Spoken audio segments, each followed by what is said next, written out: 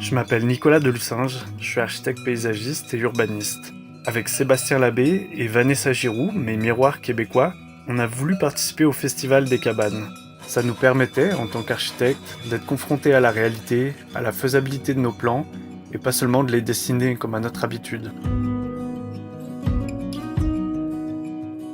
C'était la bonne occasion de construire le projet qu'on a dessiné, modélisé, maquetté, avec beaucoup d'amour.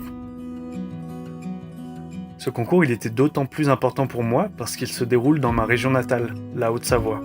Le but, c'est vraiment d'intégrer notre construction au paysage montagneux, d'offrir un point de vue particulier sur un des sites des sources du lac d'Annecy.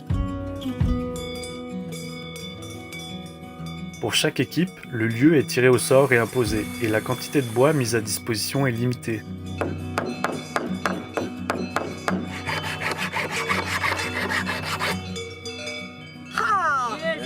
Et nous, on s'est retrouvés au Caillet, sur les terres de Damien Vacherandonnant. Je suis Vacherandonnant Damien, agriculteur à Setnex depuis 2003. Je suis en GAEC avec mon épouse et puis on travaille en famille. Bien souvent, je me présente comme paysan et pas comme... C'est pas un signe qui est péjoratif pour moi de paysan. Et j'ai horreur du mot exploitant agricole parce qu'on n'exploite personne, ni rien. Enfin... Alors nous, notre cabane, elle est placée à la lisière du bois, près du petit chemin qui longe les pâtures de Damien. La cabane, elle est construite en deux parties, au milieu de laquelle est installée une balançoire, qui oscille tantôt côté bois, tantôt côté champ, avec une vue imprenable sur l'immensité de la montagne. En tant qu'agriculteur, on aime bien notre paysage, on aime bien nos coins et bien souvent, quand les gens viennent, ils viennent un peu chez nous aussi, donc c'est presque un peu une intrusion. Mais c'est vrai qu'on est content d'avoir des personnes qui viennent quand même, on est content de partager, on est content que les gens trouvent le coin beau parce qu'on y est quand même en partie responsable aussi, on est des acteurs du territoire. Et c'est vrai qu'on m'avait demandé pour mettre la cabane à un endroit et puis ils voulaient la mettre à un endroit où les vaches aiment bien se mettre l'été, elles aiment bien être au frais tout. Et puis j'ai dit ça serait peut-être mieux de la mettre le long du chemin, puis en même temps ça permet aux gens aussi de respecter les pâtures, respecter les parcs, de ne pas trop gaspiller l'herbe et puis de créer un cheminement normal et puis intéressant.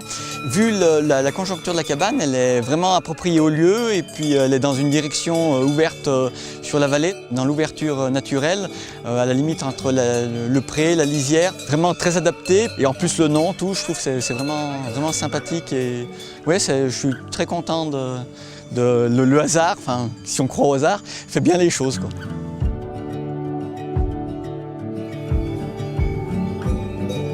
Nous, notre projet, il s'appelle Le Gardien.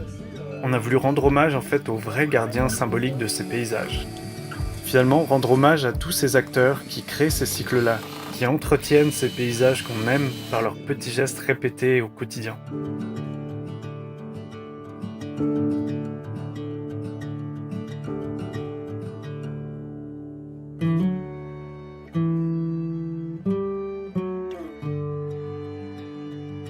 Le gardien, c'est une responsabilité, du coup, c'est même lourd à porter presque, parce que le gardien, du coup, on a l'impression de devoir surveiller, alors que bon, on est juste là pour un passage, quoi. Enfin, comme un gardien aussi qui va garder un lieu pendant un moment. C'est un lieu qui est paisible, qui est apaisé.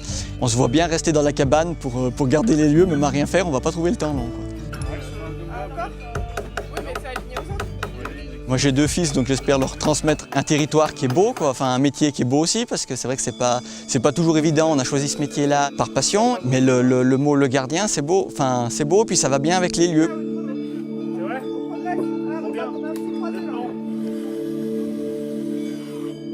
Le gardien, il a comme un cœur qui bat et qui est symbolisé par la balançoire. Le visiteur est placé dans un rôle actif, il est le gardien, il le fait vivre.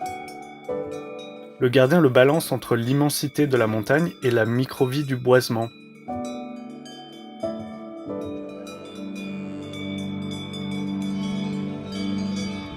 C'est le symbole de l'équilibre entre ces deux lieux qui constituent le paysage de montagne finalement.